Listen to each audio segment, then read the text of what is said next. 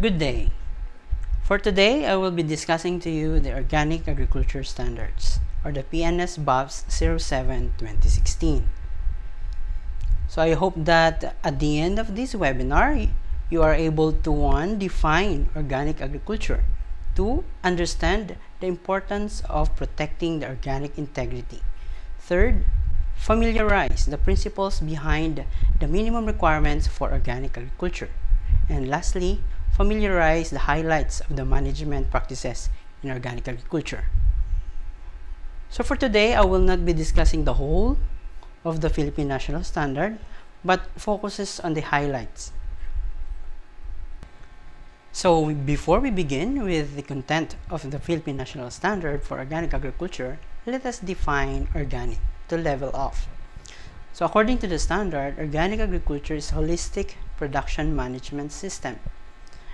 So we are not just looking at the crops, the livestock, but we are also looking at promoting and enhancing the agro-ecosystem health, including the biodiversity, biological cycles, soil biological activity. So we want to enhance the activities of the microorganisms in the soil.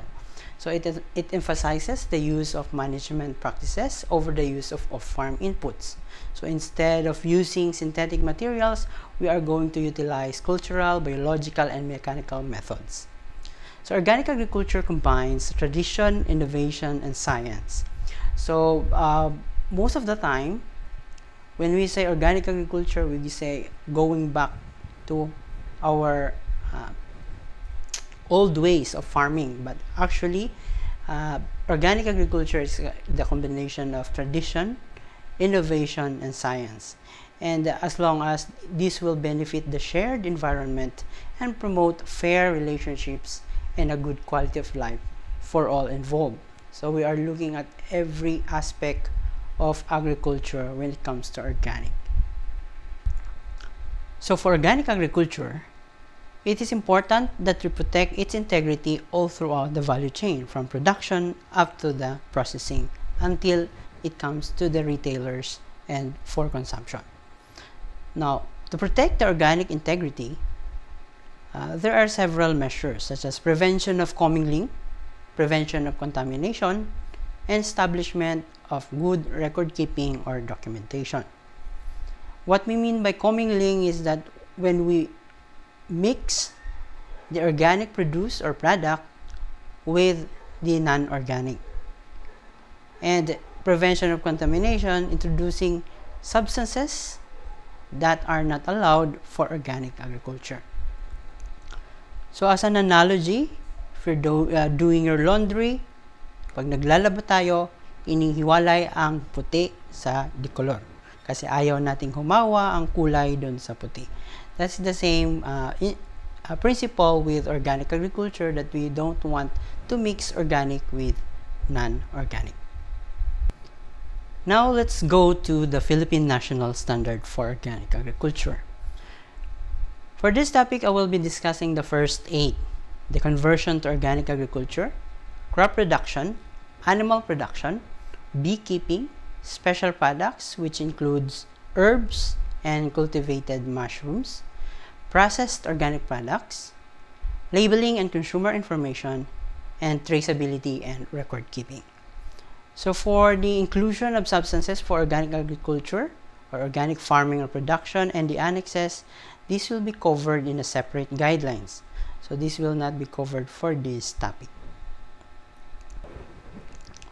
For the first part of the Philippine National Standards for Organic Agriculture, which is the conversion to organic agriculture, so this requires conversion plan. So the conversion plan shall at least include field and farm history and present production practices, such as what are you going to produce, what crops, what are your pest management practices, what are your fertilization practices, and if applicable, animal husbandry practices. So these are your production practices that you will be doing during your conversion, and how long will be you will be undergoing conversion. So a schedule and time limits for the progression of conversion. So the length of crop conversion period. So plant products can be certified organic when full requirements of the standard is met. So for annual crops, you need at least 12 months of conversion period before your crops can be certified to organic. For perennial crops, these are fruit trees, you need at least 18 months of conversion period. For animals, for large ruminant or yung ating baka, kalabaw, we need at least 360 days of organic rearing. So inalagaan po natin siya na organic 360 days para pag kinatay po natin, siya ay isa ng organic beef or cara beef. For small ruminant, we need at least 180 days of organic rearing. For swine, 120 days organic rearing before slaughter. So, pag nakatay ang baboy na nag-undergo ng 120 days of conversion, it can be now certified as organic pork. So, for part 2, organic crop production, so we want to achieve that our organic crop production system should be able to enhance biological diversity within the whole system, increase soil biological activity, maintain long-term fertility of the soil, recycle wastes of plant and animal origin. So, yung mga ipot, yung mga dumi ng ating mga hayop, pwede po natin gamitin yon para incorporate ulit sa ating lupa bilang isang compost. Ayan. And rely on renewable resources. So, ito yung mga paggamit ng solar panel, windmill, o yung running water. So, those are renewable resources that we can tap and utilize. Promote the healthy use of soil, water, and air, as well as minimize all forms of pollution. So, basically, we want to maintain or improve the soil physical and biological quality so that we minimize soil erosion. The standards will not tell you how to do composting or vermicomposting, but it will tell you what are the do's and don'ts. So for crop production, you are required to use high quality and certified organic seeds and planting materials. Use of genetically modified seeds, transgenic plants, or planting materials, or GMO is not allowed. So maintain soil fertility through crop rotation, cultivation of legumes, green manures, etc. So what are the legumes? So these are example of legumes that we can use. So you have centrosema, the calopogonium, and mani-mani, arachis pintoy. So there are several legumes that we can use as cover crops or incorporation or use as green manure in our farm. Okay, and also use of certified organic inputs. So basically, when it comes to organic crop production, if you have the healthy soil, so supposedly it will produce a healthy food, and so we have a healthy planet. Still, for crop production, for the management of pests, so we have to follow the preventive first, then mechanical or physical, and biological pest control measures. And then use of synthetic pesticides is prohibited. So pinagbabawal po ang mga sintetikong pestisidyo. So buffer zone should be established if needed. So there are instances that we need to establish a buffer zone. So what is a buffer zone? It could be a distance or plants that will prevent contamination from neighboring farms. So if your farms has a neighbor cultivating conventional practices or non-organic, so you have to protect your farm from contamination should your neighbor is spraying anything synthetic. Okay, so buffer zone should be established in those situations. But if your farm is located far from neighbors that are spraying synthetic chemicals, then buffer zones may not be needed. So what are the physical methods that you can use? So these are just some of the examples. So the first picture in our left is bagging. So it's an ampalaya plant covered or bagged with the banana leaves. So, it turned brown already, the banana leaves. So, yung dahon ng saging, ibinalot sa ampalaya. One of the major pests of ampalaya is the fruit fly. So, kapag natusok niya yung ating ampalaya, maninilaw na yon, masisira na. So, that's why binabag po. Ang practice ng iba is, one, pinaplastic. So, kapag pinaplastic natin yung ampalaya, syempre, hindi siya matutusok na ng fruit fly. So, pag ganon, okay naman siya, effective. But, yung use of plastic may be against the principles of organic agriculture because we want to protect the environment. So, we might as well use mga pamamaraan na hindi makakadagdag sa pollution. So, yung paggamit ng plastic, pwede kasi makadagdag sa basura kasi hindi naman nabubulok agad. So, merong conventional practices, yung nilulublog nila yung ampalaya sa solution, chemical, kaya makinis na makinis yung ating ampalaya. But of course, that's synthetic. So, hindi po yan inaalaw sa ating organic farming. So, this one is just one of the recommendations or suggestion when it comes to physical methods of protecting your crops from pests. The middle one is light trapping. So, at night, this will light up and insects will be trapped there. So, there's an oil that will trap them in the bag at the bottom. The third one is mulching. So, you put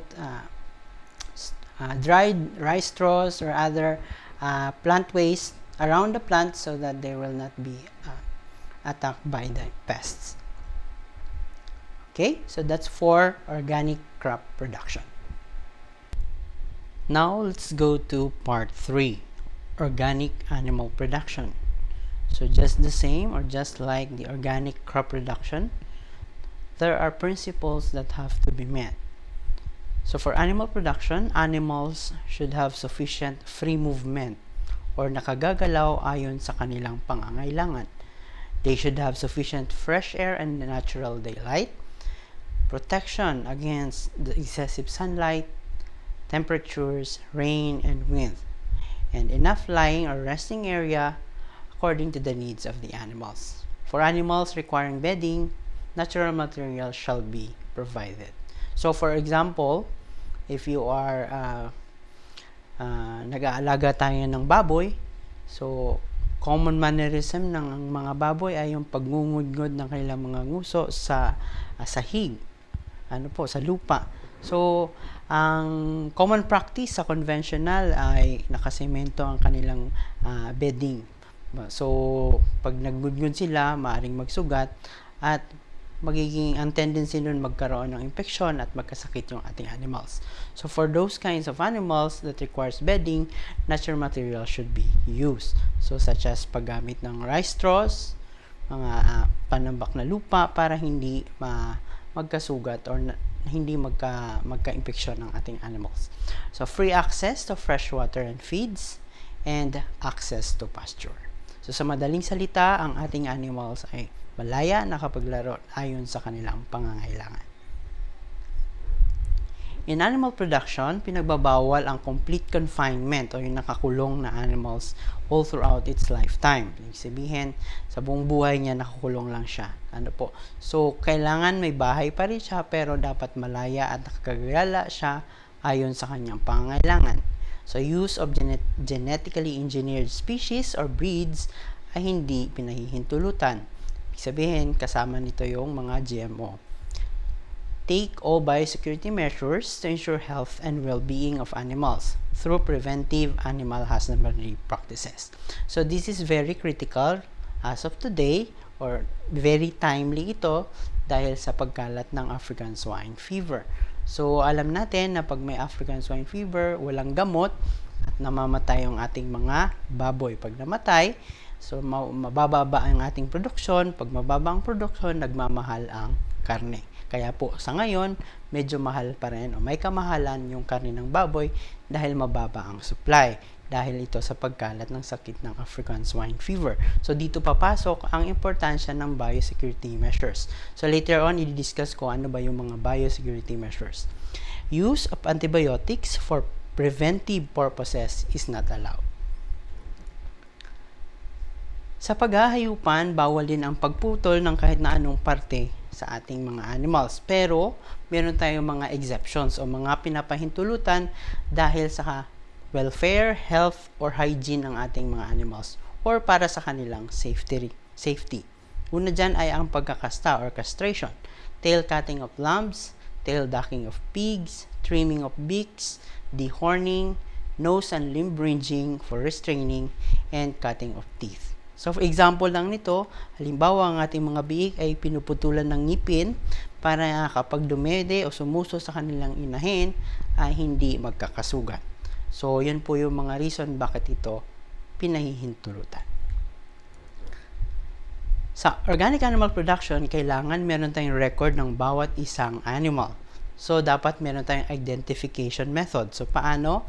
So, ito po yung mga ilan sa mga pinahihintulutan or allowed methods of identification of animals. Pwede ang tattooing, ear notching, ear tagging, and wing tagging. So, ito na yung sinasabi ko kanina na critical na meron tayong biosecurity measures. So, mandatory biosecurity and quarantine procedures should be well implemented to prevent introduction of disease into the farm and or to control its spread within the farm. So, layunin po ng biosecurity measure na mapigilan ang pagkalat ng sakit sa loob ng farm at ang pagkalat ng sakit kapag meron na sa loob ng farm. So, may mga measures. Halimbawa, may nagkasakit na isang hayop sa ating farm, kailangan na natin sila i-isolate. So, may mga procedure dapat tayong sundin kung paano gagawin yan. So, the farm should have a written protocol of biosecurity measures para masunod siya at hindi magkaroon ng pagkalat ng sakit sa ating farm. So, proper warning signage should be available or provided. Ibig sabihin, kapag nasa farm ka, meron dapat signage na bawal dito, dito lang pwede, ganyan. So, may mga signages tayo. Especially kung nakapasok na sa mga commercial farms, na bago mo meet and greet yung mismong mga animals, you have to stay there, disinfect yourself, maligo ka doon before mo siya ma-meet. Kasi yun ay isa sa mga protocols nila. So, may mga protocols dapat tayong implement at dapat ito ay continuously monitored to assess effectiveness of the program. Let's move to part 4. So, part 4 is organic beekeeping. For organic beekeeping, honeybee species preferred include Asian honeybees, Apis dorsata, Apis breviligula, Apis cerana, and stingless bees, Tetragonula, and Lepidotrigana. The exotic honeybee species such as Apis mellifera may be considered. The hives shall be consist primarily of natural materials and present no risk of contamination to the environment of bee products. So usually, the hive materials is made of wood. So, common yan, pag bibili tayo ng wood sa tindahan ng mga kahoy, ay treated. May treatment sila for anti-anay. So, we have to make sure na walang ganon yung ating gagamitin for hive materials o yung bahay ng ating bubuyog. There are instances such as for stingless bees, yung mga maliliit lang siya na walang sting, na maliliit lang siya na bubuy na kulay itim. So, ang mga ilan sa mga practice na nakita ko is gumagamit sila ng bao bilang bahay. So, kinukumpol nila yung mga bao, tinatali sa isang sanga, sa isang kahoy, para doon sila manirahan. Okay? So, yun po yung mga ilan sa mga practices na ginagawa pagdating sa organic, using natural materials. The moisture content of ripe honey should be from 21 to 23%. So, ito po yung mga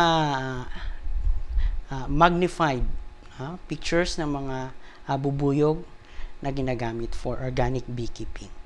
So, nandyan ang Asian honeybees, nandyan ang stingless bees, or an exotic honeybee. Okay. Organic beekeeping, so dito bawal din na magputol. Practice kasi, unconventional, is yung pagputol ng pakpak ng queen bee. Bakit? Kasi ang queen bee kasi pag lumipat siya, lahat ng kasama niyang bees ay susunod sa kanya. So, to avoid na lumipat, pinuputol nila yung pakpak ng bees, ang queen bee. So, sa organic agriculture, hindi po natin yung pinapayagan sapagkat nangyayari lang ang paglipat ng isang bubuyog ay kapag may threat or kapag wala na silang mahanap na pagkain. So, kapag ganon, dapat i-ensure natin na kapag mag-organic beekeeping tayo, i-ensure natin na meron silang sapat na makukuhanan ng mga pollen. So, there are instances na halimbawa maulan, dearth period ang tawag, yung hindi sila makakapanguha ng honey, hindi sila makakapag-collect ng pollen. So, supplemental feeding, pwede ang honey, pwedeng pollen or organic sugar during dearth period. So, pwede po yun. Ina-allow siya. So, the feed should come from organic sources such as reserves of honey and pollen left during harvesting. So, dito po, pag tayo nag-harvest ng organic honeybee, dapat hindi natin nilalahat inuubos. Nagtitira tayo ng 20%. Kasi sa totoo lang, we are nagnanakaw tayo ng pagkain nila. So, honey are their food. In-store nila yon pero kinukuha natin. So, dapat tayo magtira para meron silang makain during dearth period. Ito yung mga pagtag-ulan. So, yung matitirang 20% will serve as food reserve for the bees during the dearth period. Okay, now we're going to part 5. Special products. Special products include herbs and mushrooms. So, substrates for productions or materials for the production of mushrooms must be free of pollutants, contaminants such as heavy metals and pesticides and pathogens. So, in here, the substrates materials commonly used for mushroom, usually rice straw. So, we have to make sure that the sources of our rice straws are free from pollutants or contaminants. So, as much as possible, if we can look for organic sources for rice straws, so mga farm na halimbawa organic, na rice farm na organic, so pwede nating pagkuhanan yun ng materials. So, dito critical kasi, ang mushroom, kung ano yung binigay mo sa kanya, yun yung kanyang i-intake. No? So, actually, in practice, kapag nandun na yung mushroom sa fruiting bag, may tumutubo na, hindi na siya ini-sprayan ng kahit ng kasi ina-absorb niya yun. Okay? So, what we mean in for herbs in special products are wild herbs or wildly harvested herbs. So, over-harvesting of wild herbs must be avoided to ensure sustainability of the species concerned. So, how do we do that? For example, when we say wild harvest, this is not cultivated. So, pumunta ka sa bundok, kumuha ka doon ng dahon ng sambong para ibenta. So, those are not treated, hindi siya kinultivate, so tumubo lang siya doon. So, essentially organic siya. So, pag nag-harvest tayo ng ganon, we have to make sure na hindi ma-over-harvest. We have to make sure na meron tayong babalikan. So, to do that, what we recommend is that 60% lang nung halaman mismo ang iyong harvestan, tapos 60% lang ng grupo ng mga halaman ang iyong pagkuhanan, at kung yan ay patsi-patsi na mga grupo ng mga halaman, 60% lang din ang iyong pagkuhanan. So, para meron tayong balikan, para may ma-harvest pa sa susunod. So, that is to ensure sustainability. Herbs shall not be dried in direct sunlight. So, usually kasi, ang herbs ay ginagamit, dinadry natin para makuha natin siya, magamit natin siya. Halimbawa, dinadry natin siya para gawing tsaa.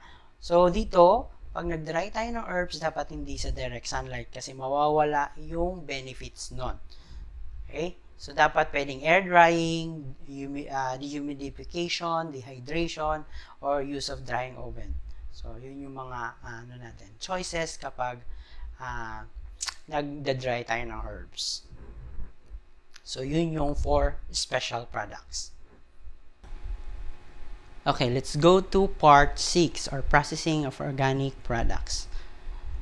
The integrity of organic product must be maintained throughout the processing phase. This is achieved by the use of techniques appropriate to the specifics of the ingredients with careful processing methods, limiting and refining the use of additives and processing aids. Okay.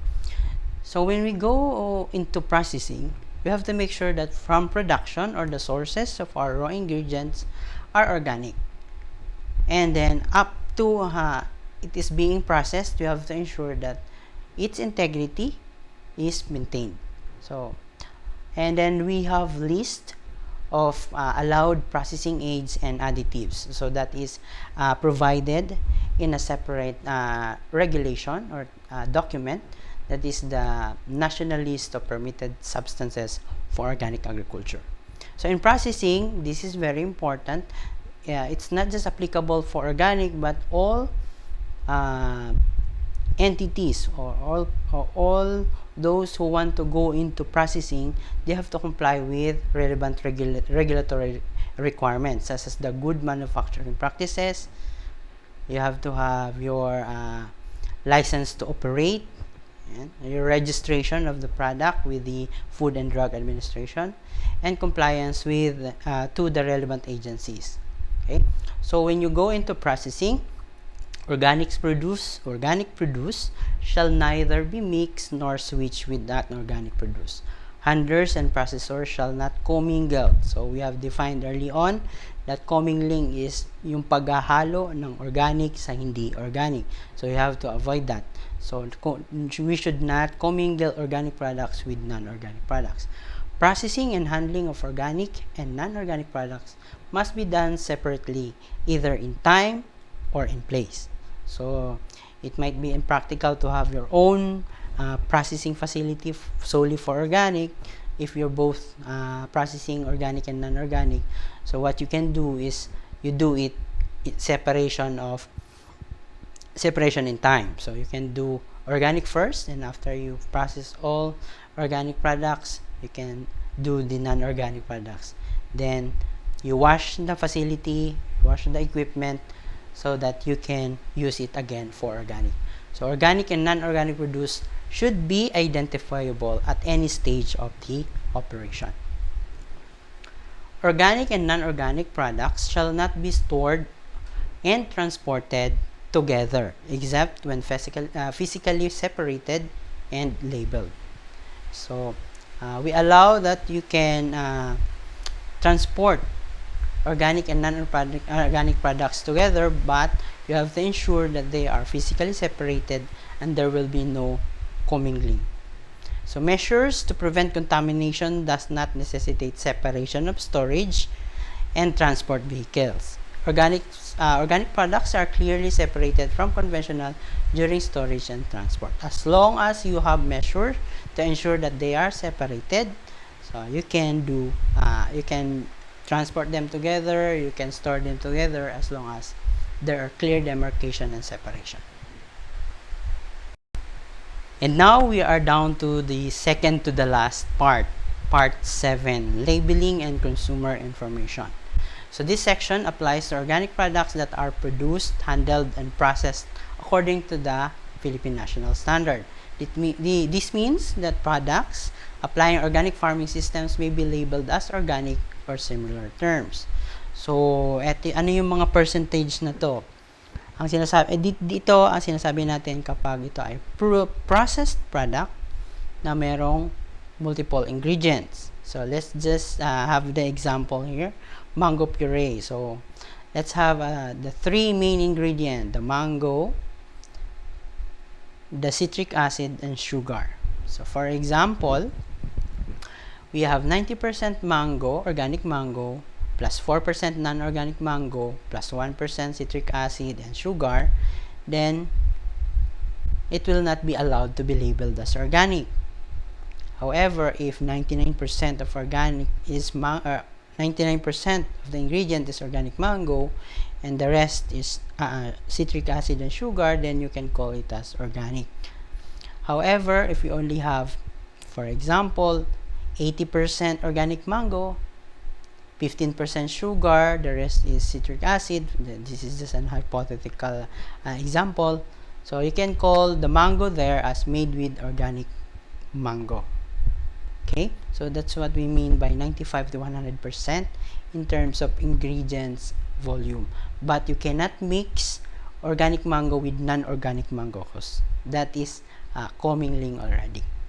Okay, so what if you are producing organic lettuce? So there's no percentage there, it should be fully organic. And now we are in the last part, traceability and record keeping. So the standard requires that each separate production site is identified by a name or a code.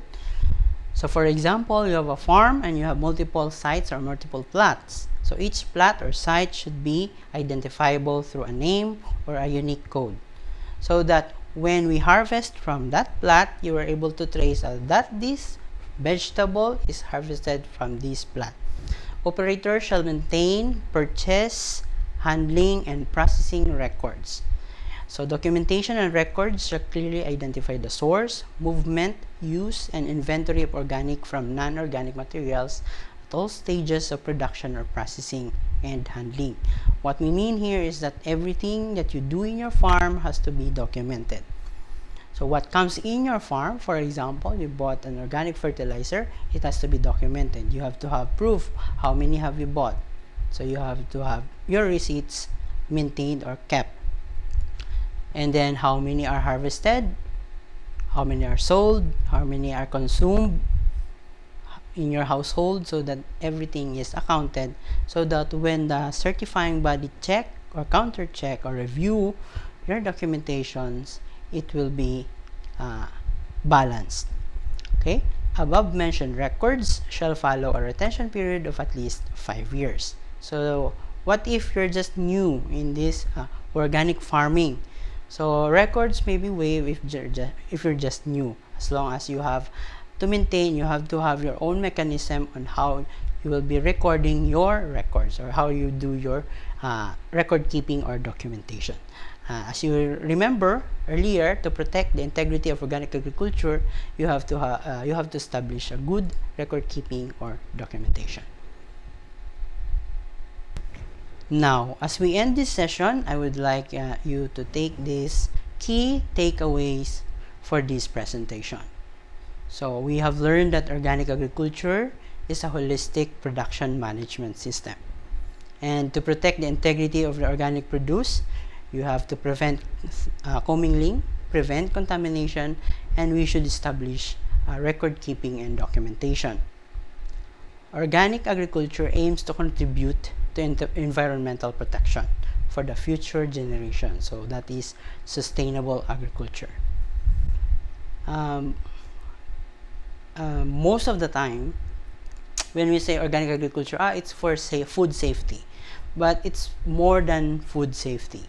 It's more on investment on the environment. So our practices, as stated in the standard, so they are all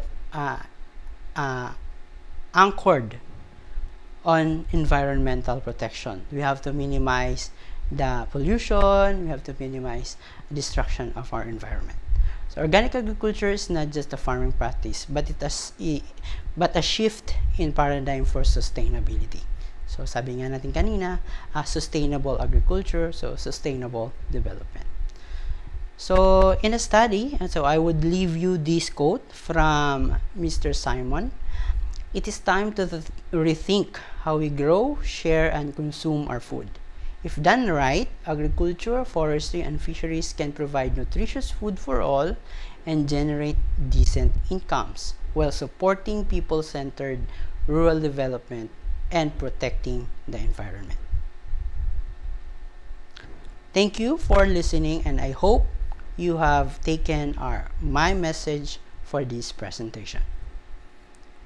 Before I end, I would like to invite everyone to visit our website through www.pafs.da.gov.ph.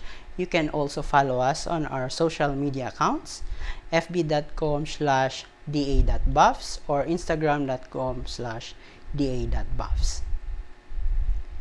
For inquiries, you can also email us at bafs@da.gov.ph, or you can message us through our Facebook. Thank you.